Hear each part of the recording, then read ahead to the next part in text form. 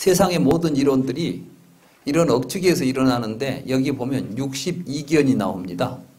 외순 두 가지 이제 이론들이 등장해요. 어떤 사람들은 인도에 실제로 이런 이론이 있었다고도 하고 하는데 제가 볼 때는 인도에 이런 이론이 실제로 있었다는 것이 아니라 여러 가지 경우의 수를 가지고 자, 이런 사람들은 이런 식으로도 생각할 수 있고 저런 식으로도 생각할 수 있는 우리들이 억측을 가지고 이야기할 수 있는 모든 경우들을 다 지금 열거하고 있는 것이에요. 그렇기 때문에 뭐 이게 종류가 중요한 게 아니고 몇 가지냐가 중요한 건 아닙니다. 여러분들이 이제 보게 되면은 전유경이라는 경전 속에서는 14무기, 14가지 문항이 나옵니다. 지금 이 브라마잘라에서는 62견, 62가지의 주장들이 등장합니다. 청정경에는 24가지의 주장이 등장합니다. 이제 뒤에 또 청정경이 나옵니다만은 이러한 것을 보게 되면은 여기서 중요한 것은 그 숫자의 수가 뭐 14개냐, 52개냐, 24개냐가 중요한 게 아니라 이들은 왜 이러한 주장을 하고 있는가예요. 왜 이렇게 억측을 하고 사실이 아닌 이야기를 사실인 것처럼 스스로 믿고 있고 또 다른 사람에게 사실이라고 주장할까? 여기 보면 이런 표현이 나옵니다.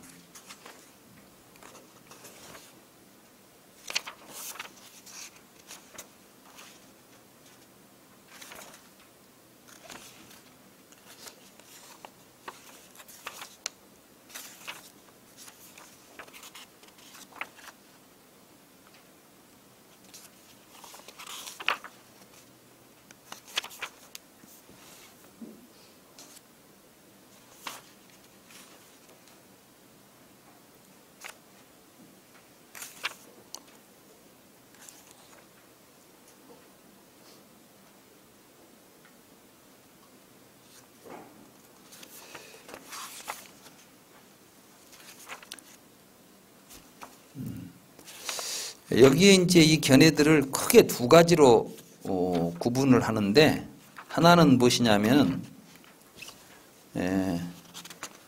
뿌반따, 아빠란따라는 말이 나와요. 여기 이제 17쪽을 보십시오. 17쪽에 보면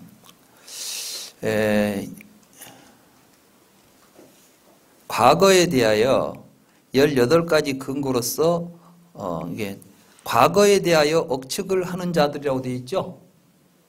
거기 이제 비구들이 어떤 사문과 바라문들은 과거에 대하여 억측을 하는 자들이라고 되어 있지 않습니까? 제가 이제 이 과거에 대하여 억측을 한다고 번역한 그 말이 뿌반따 까삐까 뿌반따 아누디띠노라는 말을 제가 이제 번역을 해가지고 과거에 대하여 억측을 하는 자들이라고 번역을 한 거예요. 근데 사실은 뿌반따라는 것은 무엇이냐면은 뿌르바 안타인데 한문으로는 전제, 다시 말해서 앞의 끝이에요. 앞의 끝이라는 것은 다른 말로 말하면은 시작점이죠. 아빠란타라는 것은 뒤의 끝이라는 뜻이에요. 뿌바가 앞이란 뜻이고 안타가 끝, 영어로는 end 있죠. 끝이라는 뜻이에요. 근데 이렇게 뿌반따에 대해서 그것에 대해서 어떠한 견해를 가지고 있는 거예요. 그런가 하면은 아빠란타, 뒤에 대해서. 그럼 우리의 시작과 끝은 뭐죠? 여러분들의 시작은 뭡니까? 태어남이죠. 끝은 죽음이죠. 그러면 그 앞에 태어나기 이전 이야기를 이제 하는 사람들이에요. 또 죽은 뒤 이야기를 하려고 하는 사람들이에요. 이게 이제 뿌반따와 아빠란타의 견해를 가지고 있는 사람들이죠. 부처님은 내가 지금 태어나기 이전 이야기를 한다거나 죽은 뒤 이야기를 하는 것은 전부가 다 억측이라는 이야기를 하고 있는 거예요, 여기서. 부처님께서 이렇게 억측이라고 하는 이야기를 하셨는데 전생 이야기 한다거나 죽어서 어디 내세에 어디 간다는 이야기 하는 것을 부처님께서 사실이라고 이야기했을 리가 있겠습니까? 다른 사람들은 억측이고 내가 하는 건 사실이다 이렇게 말씀하셨을까요? 아닌 거예요. 그래서 우리는 이제 전생에 뭐가 있었냐 이런 이야기를 한다거나 내세에 뭐가 있었냐 하는 이야기들은 전부가 사견이다. 이런 사견이 있으니까 죽으면 내가 죽은 뒤에 뭐가 되냐 마냐 있냐 없냐 이런 이야기가 나오게 될 거 아니에요. 그래서 이 경이 중요한 것은 실제로 부처님께서 사견이라고 한 사견의 구조는 우리의 존재를 시작과 끝이 있는 존재로 이해하고 있는 거예요. 이해가 되시려나? 여러분은 모두가 다 자기 존재에 대해서 태어난 날하고 죽은 날 사이에 내가 있다는 생각을 합니다. 맞습니까? 그러니까 생일하고 제삿날이 다 있게 마련이겠죠? 그렇지 않아요? 그리고 생일날과 제삿날 사이에 있는 존재는 여러분들이 별로 관심이 없어요. 왜냐하면 너무나 확실하게 있다고 생각하니까 이놈이 어떤 놈인지에 대해서 별로 물어보지 않아. 여러분들은 주로 어디가 있어요, 관심이? 이놈이 오기 전에는 전생이 어디가 있었을까? 이놈이 죽은 뒤에는 어디로 갈까? 이런 생각을 하는 거야.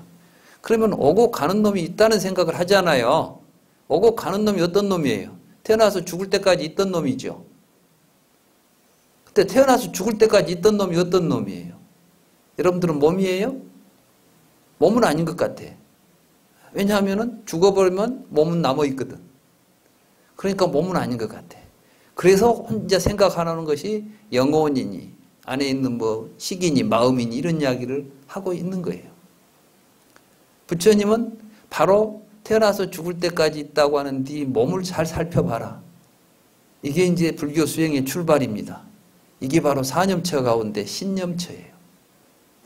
내 몸을 잘 살펴보니까 몸이 태어나서 죽을 때까지 존재합니까? 아니면 시시각각으로 변하고 있습니까?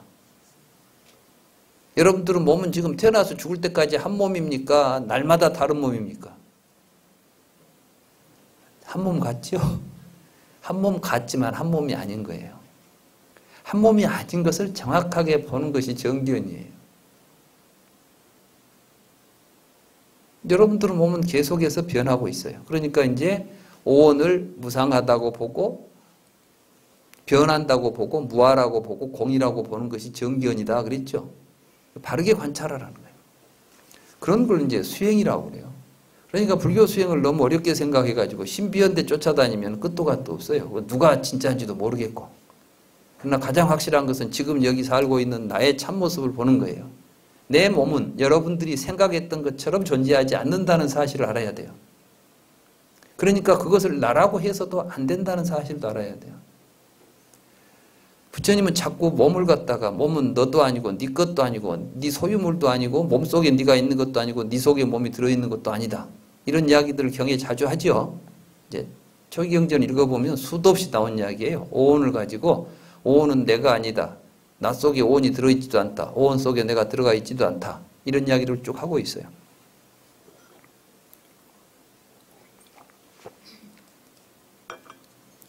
여러분들은 몸을 내 몸이라고 생각하니까 몸이 병이 들면 고민이 되죠? 그죠? 근데 몸은 몸대로 놀아요. 몸은 여러분도 아니고 여러분 것도 아니기 때문에 몸이 여러분들 마음대로 안 되죠? 마음대로 돼요? 이뻐져라. 그럼 이뻐지요?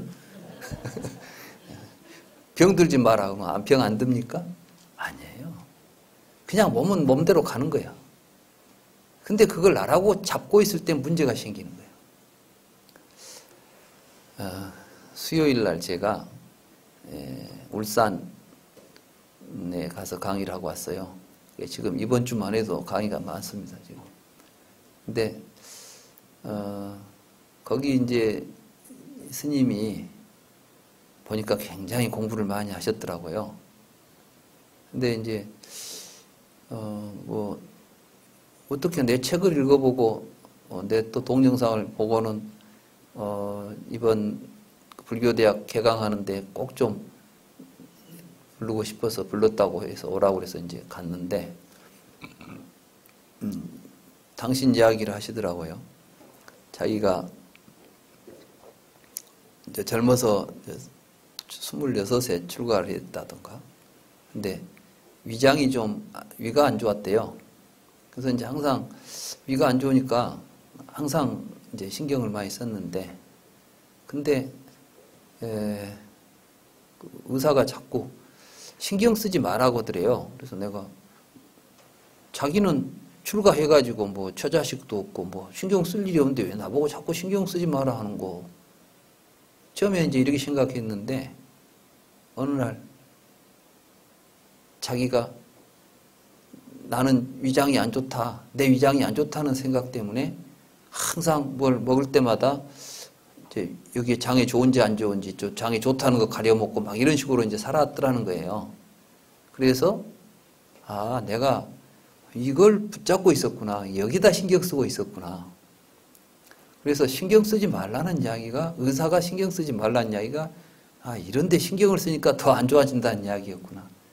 그래서 이제 그냥 놔주기로 했대요. 놔버렸다고. 그러니까 더 좋아졌대요. 우리가 보통 그 신경성이라고 그러잖아요. 우리가 뭐 위장이 안 좋으니 뭐 신경성이라고 하는데 이 사람은 위장이 다른 신경성이 아니라 위장에 대한 신경성이 또 위장의 병을 만든 거예요, 이게. 부처님께서 말씀하신 두 번째 화살이지요. 몸을 모시고 살면 우리가 이제 몸종밖에 안 돼요, 우리 인생이. 부처님은 오온을, 불교는 이제 오온 이야기 하는 게 처음과 끝이에요, 오온. 반야심경에도 보면 오온, 개공 그러지 않습니까? 오온을 모시고 살래, 오온을 네가 부리고 살래. 인생 이제 이 둘 중에 하나를 선택하는 거예요. 여러분들이 오온을 모시고 살면 어떻게 되냐? 몸이 원하면 원하는 대로 몸을 위해서 하고, 여러분들은 감정이 뭐 감정을 위해서 살아야 되는 게 내 기분 좋게 해줘야 돼. 이제 여러분들 기분 좋은데 돈 쓰는 거 안 아깝죠? 그죠? 여러분들 기분 맞춰주니라고. 누구 기분? 지 기분. 이게 전부 지 기분 맞추고 지 몸 종노릇하고 지 생각 만들어주고 이렇게 종노릇하고 살면 괴롭다. 이게 이제 오온에 속박되는 거예요. 구속이에요. 여기서 벗어나는 것을 보고 해탈이라고 그래요. 그래서 속박된 오온이 속박된 상태라고 그래요. 오온을. 그리고 오온이 멸하면 마음이 해탈한다 이렇게 돼 있어요. 경전의 내용이 그렇습니다. 그러니까 불교 공부라는 것은 결국은 자기라는 것을 망상으로부터 벗어나는 거예요. 자기로부터 해방돼야 됩니다.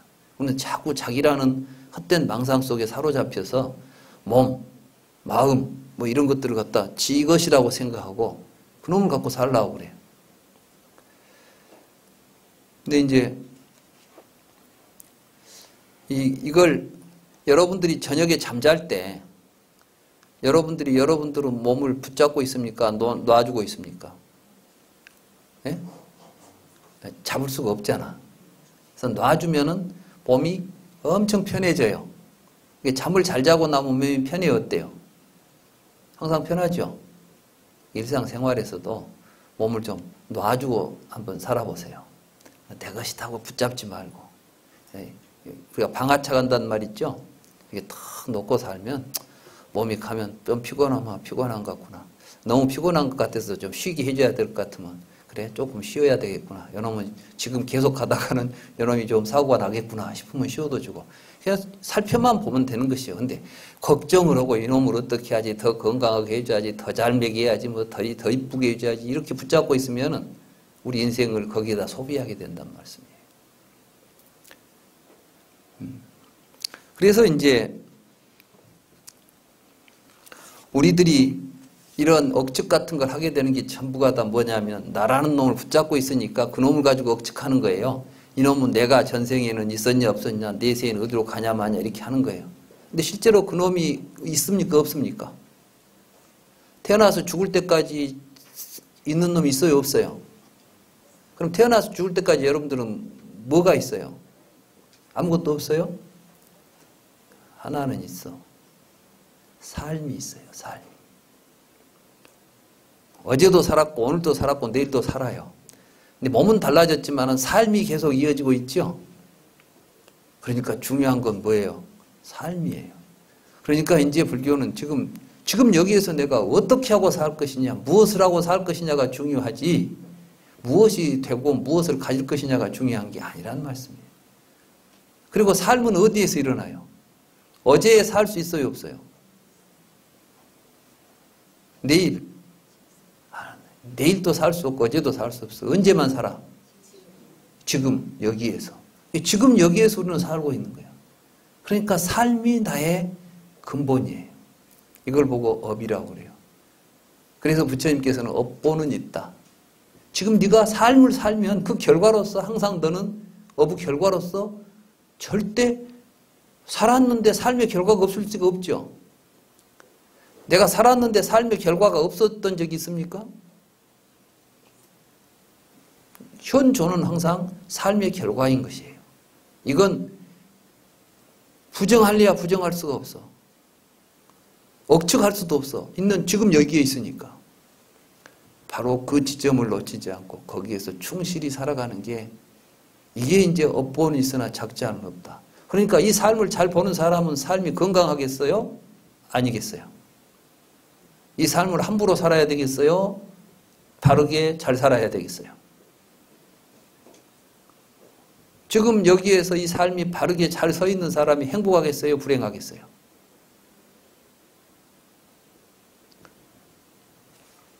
그런 이야기를 해야 되는데 자꾸 전생 이야기나 해서 뭐 다른 사람 이야기나 해서 하면 안 된다는 거예요.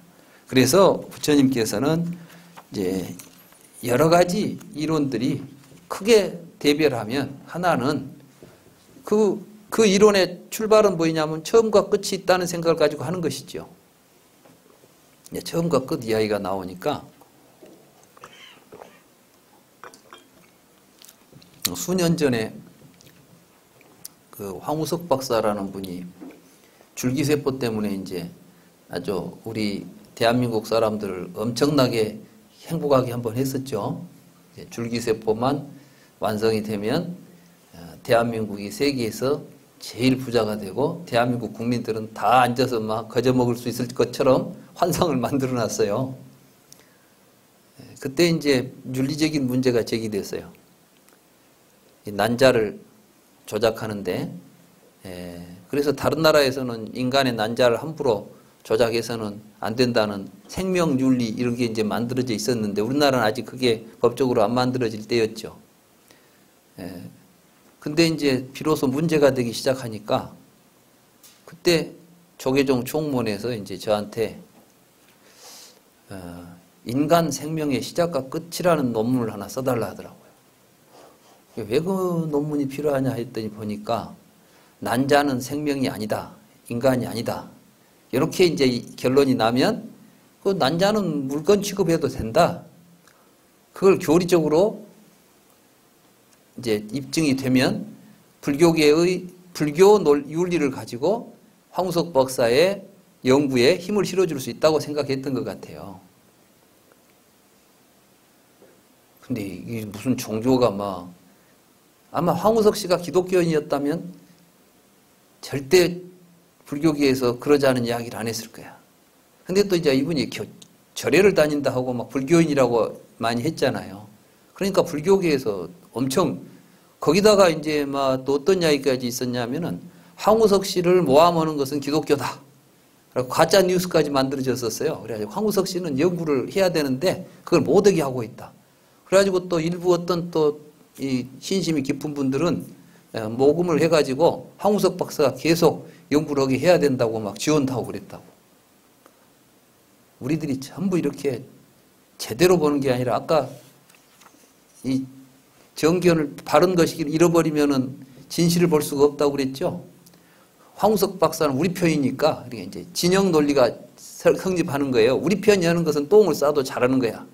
나온 편은 아무리 좋은 짓을 해도 좋은 짓을 할수록 미워 보여 이제. 이게 진영 논리예요. 우리는 그런 데 빠지면 안 돼요. 잘한 건 잘한 것이고 못한 건 못한 것이라는 것을 우리가 바르게 볼 수 있는 안목을 갖는 게 불자들의 자세다. 부처님 지금 아까 칭찬과 비난에 휩쓸리지 말란 이야기가 거기에 연결되어 있는 거예요. 저한테 인간 생명의 시작과 끝에 대해서 이야기하라고 하는데 이 경이 딱 생각나더라고요. 그래서 논문 제목을 그렇게 썼어요. 시작과 끝을 논하는 것은 사견이다. 이렇게 이제. 시작과 끝이 뭐 어디가 시작이 있고 끝이 있단 말이냐. 그러면서 이제 저는 이제 그 줄기세포하고는 상관없이 불교 이야기만 해야 되니까 하면서 시작을 논하고 끝을 논하는 것 자체는 생명은 시작과 끝이 없다 내가 하지. 그러면서 이제 생물학자들 이야기까지 막 갖다 썼지.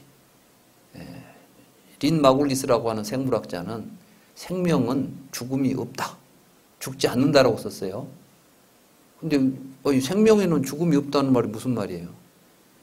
지금 생물학자들이 본 생명은 단일 개체 생명이 없다는 거예요. 우리는 전부가 다 연결된 생명의 연장선상에서 있는 거예요. 그러니까 우리가 하나 태어난 것은 생명의 바닷속에 일어난 파도 하나가 일어났다 사라지는 거지 생명 자체가 움직이지 않아요.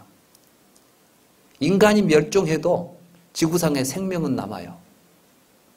놀랍게도 지금 플라스틱이 많이 생겼잖아요. 플라스틱을 먹는 박테리아가 생겼어요. 이제 먹을 것을 바꿔가면서 산다니까 생명은. 지금 여기서 중요한 것은 인간 생명 하나를 붙잡고 앉아서 어디서부터 어디까지가 인간이냐고 따져보려고 보면 한계는 나오지 않습니다. 나오지도 않는 한계를 억지로 만들어 놓는 것은 그건 유의라고 그래요. 유의. 우리가 지금 불교에서 유의 있죠? 이렇게 유의로 해서 뭘 만들어 놓으면 그때는 뭐가 있어요? 생사가 있게 되죠? 이걸 보고 생사라고 그래요. 그러니까 무의는 생사가 없잖아요. 유의니까 생사가 있어요.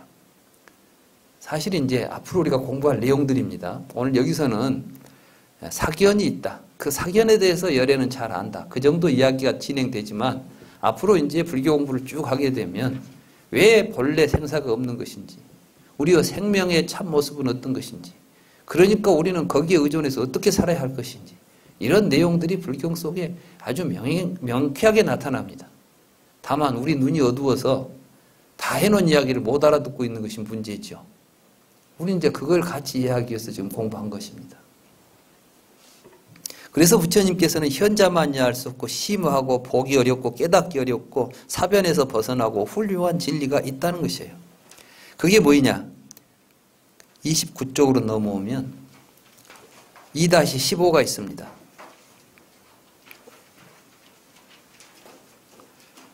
근데 이제 이런 시작과 끝을 가지고 하는 논의들은 전부 서로 이제 대립이 돼요. 나는 이렇게 생각한다. 억측은 서로 억측을 가지고 서로 대화를 하면 결론이 하나로 나겠습니까? 서로 대립이 되겠습니까? 나는 내세가 있다고 생각한다. 내세가 있는 걸 본 사람이 있을까요? 내세에 가버리면은 여기서 내세를 말할 수가 없어. 우리는요, 내세에 존재할 수가 없으니까. 왜냐하면은 우리는 내일이 없어요. 내일은 항상 내일에 있지. 내일이 17일이죠. 17일 날 눈 뜨고 와서 이제 내일이다 그렇게 말합니까? 17일 날 가면 오늘이야. 우리는 내일에 존재할 수가 없다니까. 그러니까 내일에 대해서 말한다는 것은 있는 걸 이야기할 수 있어요? 없어요? 그건 항상 억측일 수밖에 없어. 자, 전생 이야기를 한다고 하는데 나는 전생을 봤다는 사람이 그러면 태어나가지고 탄생해서 뭐 젖 먹을 때 이야기를 다 기억하고 있는지 모르겠어요. 여러분 어렸을 때 젖 먹을 때 기억이 나시는 분, 생후 1회 때 뭐 100일 잔치 기억이 나시는 분 없잖아. 아니, 살아있어서의 지금 이 몸을 가지고 있는 동안의 기억도 못하면서 이 몸이 나오기 전 기억을 한다는 게 도대체가 이게 무슨 해계망측한 말씀이에요. 이게 말이 안 되는 이야기예요. 근데 그러니까 억측일 수밖에 없는 거야. 아직 가보지도 않고 오지도 않은 내일에 대해서 어떻게 말할 수가 있어요. 그러니까 내세에 대한 이야기나 전생에 대한 이야기라는 것은 억측일 뿐이야 라고 부처님이 지금 말씀하시는 거예요. 이게 앞에 억측한다고 그랬죠. 그러면 부처님이 다른 사람보다 훨씬 뛰어나고 훌륭한 점이 있다고 그랬죠? 그게 뭐냐? 그 2-15에 나옵니다. 비구들이여, 열에는 이들 견해의 근거는 어떻게 이해된 것인지, 어떻게 취착된 것인지, 어디로 가는 것인지, 미래에 어떻게 될 것인지를 분명하게 안다오. 열에는 그것을 알 뿐만 아니라 그보다 더 수승한 것을 알지만 그 지식을 집착하지 않으며 집착이 없이 스스로 정멸에 이르렀음을 안다오. 비구들이여, 열에는 감정의 일어남과 사라짐, 그것이 주는 즐거움과 취향, 그것으로부터 벗어남을 여실하게 알아서 집착하지 않고 해탈했다오. 비구들이여, 이것이 현자만이 알 수 있는 심오하고 보기 어렵고 깨닫기 어렵고 고요하고 사변을 벗어난 미묘하고 훌륭한 진리라오. 열에는 그것을 스스로 이해하고 체험하여 가르치나니 사람들은 그것으로 열애의 진면목을 바르게 찬탄해야 할 것이오. 이제 부처님께서는 이런 견해가 왜 나타나고 있는지, 사람들은 왜 이런 생각을 하게 되는지를 다 안다는 거예요. 그 답으로 구체적으로 이야기하는 게 이제 저 뒤로 넘어갑시다.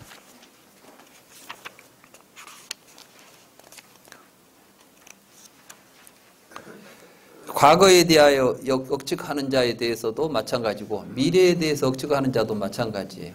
그런데 여기서 보면 이제 과거에 대해서 억측하는 자는 18가지 견해가 있고 미래에 대해서 억측하는 자는 44가지 견해가 있어요. 그런데 그 다 읽으면 시간이 너무 걸려서 여러분들이 집에 가서 한번 읽어보시면 되는데 사실은 다 읽을 필요가 없어요. 뭐 중요한 게 아니니까. 억측들 하는 것이니까 얼척없는 생각들 하고 있구나라고만 생각하시면 되고, 이제 중요한 이야기는 부처님은 그걸 안다는 거예요. 그럼 어떻게 해서 아는가? 53쪽에 가면은 3-44가 있죠. 거기 읽어보겠습니다. 비구들이여, 과거에 대하여 미래에 대하여, 과거와 미래에 대하여 억측을 하는 사문과 바라문들이 과거와 미래에 대하여 62가지 근거를 가지고 여러 가지 허망한 이론들을 주장하는 것은 그 사문과 바라문들이 알지 못하고 보지 못하고 느끼고 가래에 빠져서 두려워하는 몸부림이라오. 사람들은 모두 죽음을 생각하면 두렵죠. 그러니까 이제 죽은 뒤에는 어떻게 될까 걱정해가지고 죽은 뒤에는 뭐가 있다는 생각을 하는 거예요. 기독교 보면 죽어서 천당 가자고 굉장히 집착하죠. 그 사람들이 죽음을 두려워하지 않아요. 왜? 죽은 뒤에 천당이 있으니까. 근데 역설적으로 죽음을 두려워하는 거예요. 죽음을 두려워하기 때문에 죽은 뒤에도 안 죽고 천당에 가야 된다고 생각해요. 그러니까 지금 굉장한 아이러니예요. 말하자면 이제 막 기독교인들이 막 용기 있게 막 순교를 하잖아요. 정말 기독교를 위해서 순교한 게 아니에요. 사실은 두려움 때문에 순교하는 거예요. 만약에 이렇게 안 하다가 하나님한테 심판받아가지고 지옥에 빠진다면 어떻게 될까? 두려웠다고 생각해 보세요.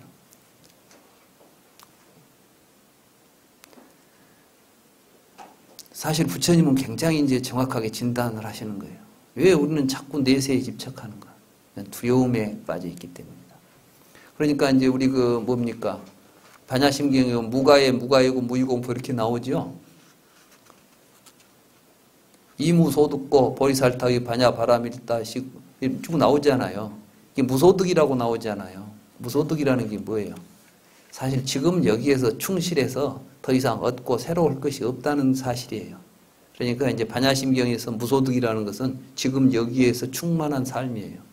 이 삶을 살기 때문에 보살도 여기에서 안욕따라 삼약삼보리를 이루고 뭐 다 이렇게 된다고 되어 있잖아요. 열반과 안욕따라 삼약삼보리가 다 지금 여기에서 충만한 삶을 보는 사람들이에요. 그런 사람들에게는 두려움이 없는 것이에요. 근데 그렇지 못할 때 우리는 두려움에 빠져가지고 헛된 망상을 하고 거기에 사로잡혀서 살아가는 것이죠. 그래서 부처님 이걸 보고 느끼고 가래에 빠져서 이게 이제 다른 말로 하면은 무명을 연해 행이 있고 수예치 유생 노사가 있다는 말을 지금 간단히 해버린 거예요. 이게 사실 여기서 연기법 이야기를 쭉 하는 거예요. 알고 보면 비구들이여 과거에 대하여 미래에 대하여 미래와 과거와 미래에 대하여 억측을 하는 사문과 바라문들이 과거와 미래에 대하여 62가지 근거를 가지고 여러 가지 허망한 이론들을 주장하는 것은 또한 촉 때문이라고. 여기 촉이라는 말이 나오죠. 이 촉이 이제 12연기에서 보면 촉을 연하여 애취유생노사가 있더니 나오죠. 촉수 애취유생노색이 나오죠. 유깁 촉수 애취유생노사. 중생들의 세상이 벌어지는 자리입니다. 촉이. 그러니까 여러분들이 이제 기독교에서는 하나님이 세상을 창조했다 한다면 불교에서는 중생들이 사는 세상은 촉에서 벌어져요. 이 촉이 경험입니다. 근데 지금 우리 주변에 이 촉에 대한 해석이 굉장히 잘못되어 있고 또 거의 안 돼 있어요. 촉이 뭐냐고 여러분들은 촉을 어떻게 이해하고 계십니까? 아비달마 불교에서는 눈으로 어떤 대상을 보는 걸 촉이라고 그렇게 이야기했어요. 그러니까 우리가 뭔 대상을 접촉하는 걸 촉이라고 봐버렸다고요. 그러니까 유깁을 연하여 촉이 있다 그러면 유깁을 통해서 이걸 보는 걸 촉이라고 봐버린 거죠. 그런 이해를 가지고는 우리가 도저히 부처님의 말씀, 거기에서 무슨 모든 사견이 드러난다고, 사견이 나타난다고 이야기할 수 있겠어요? 지금 여기서는 모든 사견의 원인이 촉이라고 그랬죠?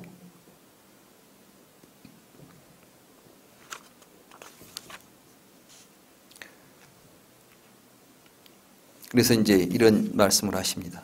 비구들이여 상주론자인 사문이나 바라문들이 네 가지로 자아와 세계는 상저한다고 주장하는 것은 과거에 대하여 미래에 대하여 과거와 미래에 대하여 억측을 하는 사문과 바라문들이 과거와 미래에 대하여 62가지 근거를 가지고 여러 가지 허망한 이론들을 주장하는 것은 모두 육촉입초로 거듭 접촉하여 지각한 것이라고. 그들에게 수로 인하여 애로 인하여 취로 인하여 유로 인하여 생으로 인하여 노사 우비 고뇌가 생긴다고. 비구들이여 비구가 육촉입처의 집과 그것의 소멸, 그것이 주는 즐거움과 재앙, 그것으로부터 벗어남을 여실하게 한다면 이 비구는 그 모든 것보다 수승한 것을 아는 것이요. 사실 이제 이 글만 읽어보면 여러분들이 도대체 무슨 이야기를 지금 이렇게 하고 있는가 하실 거예요. 근데 촉의 의미를 잘 알게 되면 촉은 뭐냐 하면 우리는 이 세상을 살아가면서 여러분들의 의식 속에는 경험의 내용들이 이미 나름대로 경험한 내용들이 의식 속에 기억으로 남아 있습니다. 근데 그 경험한 내용들이 여러분들의 의식 속에 모일 때 어떤 형태를 가지고 모이냐 하면 이름과 형태를 가지고 모여요. 다시 말해서 여러분들의 마음속에는 명색이 모여 있는 거예요. 그래서 식집 즉 신집, 명색집 즉 식집이다. 이제 말하자면 이름과 형태가 모여 있으면 마음이 모인다 이런 이야기를 하는 거예요. 예를 들어서 어린 애는 의식 속에 아직 세상을 분별할 수 있는 의식이 많지 않아요. 뭐가 저거 좋은지 나쁜지 아무것도 모르죠. 얘들한테 뭐 돈을 갖다 줘보세요. 얘가 좋다고 하는가. 얘는 그냥 사탕 갖다 주면 더 좋아해. 돈을 막 10만 원짜리 100만 원을 막 수표 억짜리를 갖다 줘봤자 그건 휴지나 마찬가지. 휴지도 아니야. 쓸모없는 종이죠. 왜 그래요? 그에게는 아직 그 돈을 식별할 수 있는 의식이 없는 거예요. 우리 안에 식별할 수 있는 의식이 없으면 밖에는 그런 존재 자체가 안 나타나는 겁니다. 그런데 그것들이 경험을 통해서 쌓이겠죠. 이해가 되세요? 그래요. 그 경험을 통해서 접촉했기 때문에 경험의 내용이 틀리면 그 사람들이 보는 세계가 같겠어요? 틀리겠어요? 또 그런 것들을 통해서 상상을 통해서 만들어놓은 의식들이 있으면 그들에게는 그것들이 나타납니다. 예를 들어서 우리나라에 기독교가 들어오기 전에는 여호와라는 존재가 있었어요? 없었어요? 여러분 고려시대 때까지 조선시대 중기까지 우리나라 사전에 여호와라는 말이 단어가 있어요, 없어요? 여호와가 없는데 여호와 신을 볼 수 있는 사람이 있겠어요, 없겠어요? 근데 어느 날 기독교가 들어와가지고 이제 여호와가 이야기가 돼. 소리가 막 신이 절대신이 있고 뭐 천지를 창조한 신이 있다. 이제 이걸 들은 사람들은 여호와가 있다는 이야기를 하는 거예요. 여호와 이야기를 하는 거예요. 그것뿐이 아니에요. 하늘, 달, 산, 별 다 우리가 만드는 말로서 우리가 인식하는 세계의 구조인 것이에요. 근데 우리는 마치 그것이 밖에 있는 것처럼 착각하니까 그 세계 속에서 왔다 갔다 한다는 거야. 실제로 그러면 우리가 보고 있는 세계는 우리 마음 밖에가 있습니까, 없습니까? 마음 밖에는 한 세상도 없어요. 지 마음에서 드러난 세계를 가지고 전생 이야기라고 내생 이야기를 해서야 되겠습니까? 마치 전생에는 어디 딴 세상에 있다고 와가지고 죽은 뒤에는 내생은 딴 데로 갈 것처럼 이야기를 해서는 안 되는 것이죠. 이 사람들은 이렇게 무지하다는 거예요. 부처님께서 말씀하시기를 무지하기 때문에 나타난다 그랬죠, 아까. 예. 이제 우리가 이 무지로부터 벗어나기 위해서 지금 불교를 공부하는 겁니다. 그래서 이 경의 출발점에 이런 모든 억측에 의한 잘못된 생각들은 촉을 인연으로 해서 일어난다는 이야기를 우리가 들었으면 이제는 그러면 부처님께서 말씀하신 저 촉은 무엇일까? 이런 생각으로 또 공부를 해가야 돼요. 그러니까 불경을 읽으면 한 불경 속에 답이 다 안 나옵니다. 거기서 우리는 이제 촉이 뭘까 하는 문제의식을 가져야 되겠죠. 제가 공부할 때, 제가 박사 논문을 쓸 때 이런 이야기를 왜 촉으로부터서 이런 모든 사견이 일어난다고 하는데 그게 무슨 말일까? 사실 굉장히 많이 고민을 했죠. 그래서 이제 그 촉에 관계되는 경은 또 싹 뽑아가지고 이제 읽어본 거야.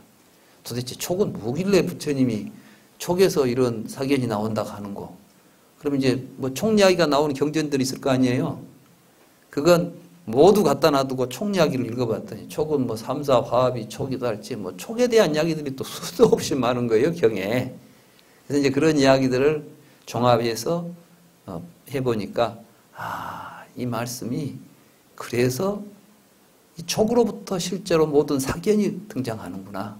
이런 걸 이제 알 수가 저는 있었어요. 그래서 여러분들에게 이제 앞으로 그러한 내용들을 가지고 공부를 할 겁니다. 오늘은 이제 첫 시간이고 부처님께서 말씀하신 니까야라고 하는 경이 도대체 어떤 경인지 그 니까야에는 어떤 말씀들이 있는지를 오늘은 조금 이제 처음 이제 접하는 시간이었습니다. 아직 멀었습니다. 오늘 다 되는 건 아니죠. 이 공부는 도중에 하차하면 안 됩니다. 왜냐하면 오늘 이야기 듣고 가봐야 사실은 하나도 해결된 게 없어요. 문제가 하나 생겼죠? 총 문제가 하나 생겼을 뿐이에요. 네. 공부를 하다 보니까 이게 연속이 되고 있어요. 부처님께서 사리불 이야기를 하는데 사리불은 보름 동안 연속되는 법을 관찰해가지고 깨달음에 이르렀다는 이야기가 나옵니다. 그러니까 불교 공부는 이렇게 공부를 하다 보면 계속 이어지게 돼 있어요. 연속돼 있어요. 그래서 이 모든 연속되는 법들에 대한 통찰이 원만하게 이루어지면 이제 그것들이 엄청난 모습으로 자기 의식세계를 새롭게 변화시킵니다. 결국은 이러한 변화 속에서 깨달음이 오는 것이지 의식이 변하지 않으면 깨달음도 올 수가 없습니다. 우리는 이제 그러기 위해서 공부하는 것이고요. 모두 같이 이제 출발했으니까 끝까지 같이 갑시다. 같이 가시겠죠? 네, 감사합니다.